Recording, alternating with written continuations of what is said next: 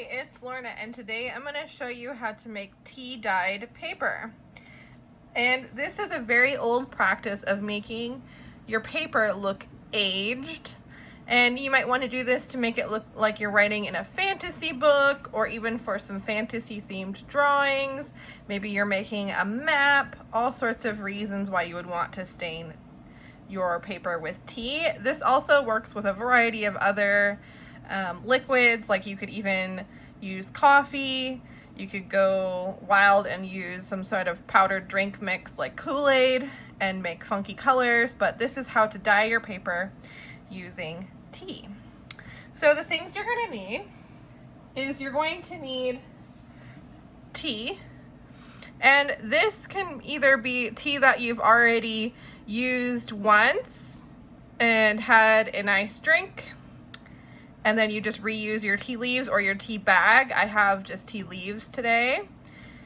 Or you can use fresh tea. I'm using black tea today, but you can also use green tea, anything. This is a flavored tea with like orange peels. It won't affect it at all. It may change the color, which can be surprising. So, and you're also going to need a container. I'm just using a disposable pan, but you can absolutely use your dishware because we're working with a food product today. Nothing is going to be toxic for your dishware. You're also going to need a cookie sheet, and you're going to need something to line that cookie sheet with. So I'm using tin foil, but you can use parchment paper. I like to use tinfoil because I can reuse this tinfoil for every time that I dye paper. You can just fold it up and put it in your dyeing kit if you have one. I have lots of different kinds of art supplies, so I do recycle my tinfoil. You can also recycle your tinfoil for using in the center of polymer and all sorts of things. So I'm using tinfoil today because I know I'm going to use it again. And I have 3 sheets here because I'm going to layer my paper. So the tea that I'm working with today is hot. It's as hot as I can stand.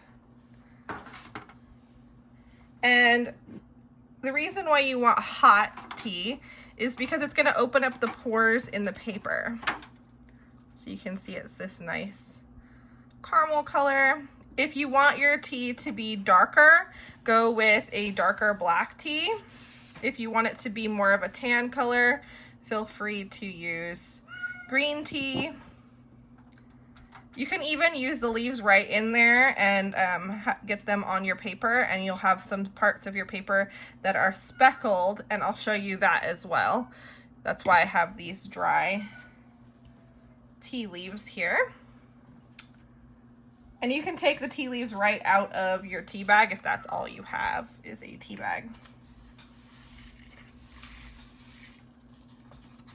Okay, so once you have your tea made, I've just steeped this in boiling water for about 5 minutes, and it's black tea, so I have this nice caramel color.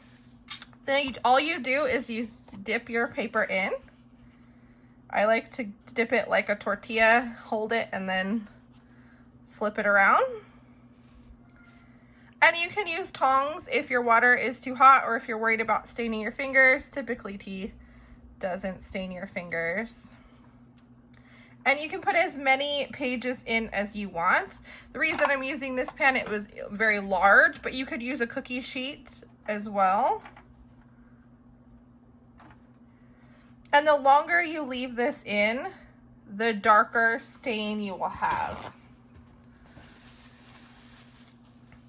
You could also use a wax resist if you want, or crayons, so that the tea will not stain certain areas, like a secret message that only appears in the tea.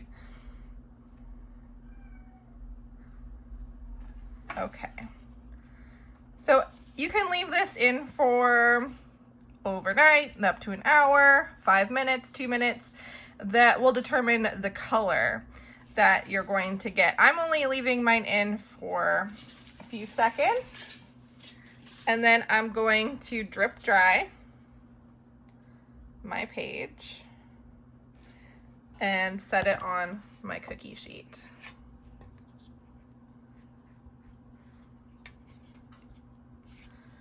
And I'm gonna be able to put 2, so I'm gonna do 2, and a little overlapping is fine.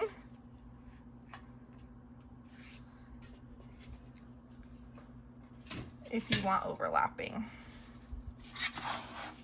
So I'm gonna do 1 layer of just regular, and then I'll do a few other cool tricks that you might want to try out. It's already lukewarmed because it's really cold in my house. This was boiling hot just a few seconds ago.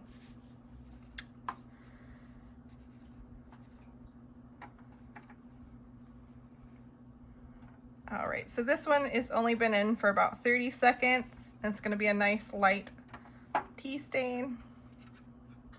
You can also do this with fabric and put it with a fabric setting like soda ash to make it absorb. And I've just set that there. So now what I want to do is I want to put a layer of tinfoil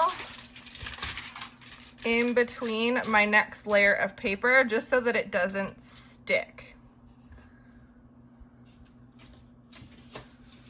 You could just do 1 layer and then bake it and then be fine. You don't have to bake this either. You can just leave it out to dry, but then I recommend only doing 1 layer so that you don't get any molding problems. The oven ensures that this is baked and dried in a timely manner so that you don't get any of the molding or mildew. So I'm gonna add a few tea leaves just on top.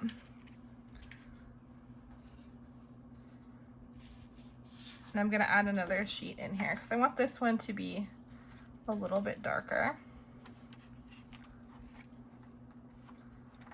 And I'm gonna actually bake it with some of the tea leaves on top of this one.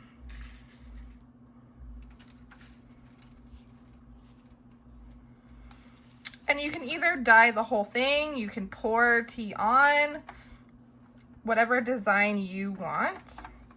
A little orange peel in there.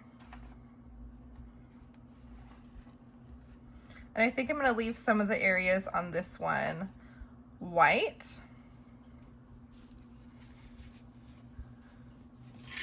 It also smells really amazing. This project is a really fun one.